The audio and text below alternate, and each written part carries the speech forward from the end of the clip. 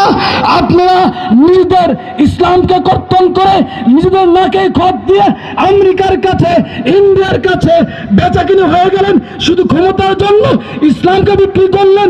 কিন্তু ইসলামী আন্দোলন বাংলাদেশ সারা পৃথিবী যদি মায়ের পায়ের তলে নিয়ে আসে, এরপরে তা ইসলামী আন্দোলন কর্মীরা নিজেদের ঈমান বিক্রি করতে পারে না, নিজেদের ঈমান বিক্রি করতে পারবে না। সেই জন্য আমি বলতে চাই আমার ভাইরা, এবার ত্রয়োদশ জাতীয় সংসদ নির্বাচনে ইসলামের পক্ষে মার্কা কয়টি? পত্রিকার নাম কি?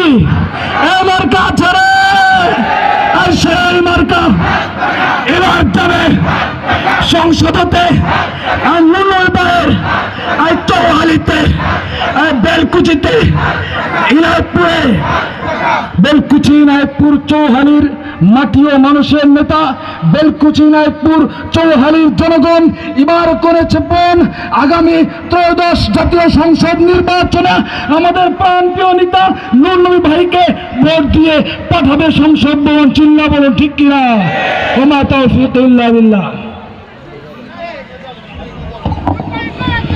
সংগ্রামী উপস্থিতি, এ পর্যায়ে সংক্ষিপ্ত বক্তব্য নিয়ে আসছেন ইসলামী আন্দোলন বাংলাদেশ বেলকুচি উপজেলা শাখার সংগ্রামী সিনিয়র সহ সভাপতি এম আনোয়ারুল ইসলাম।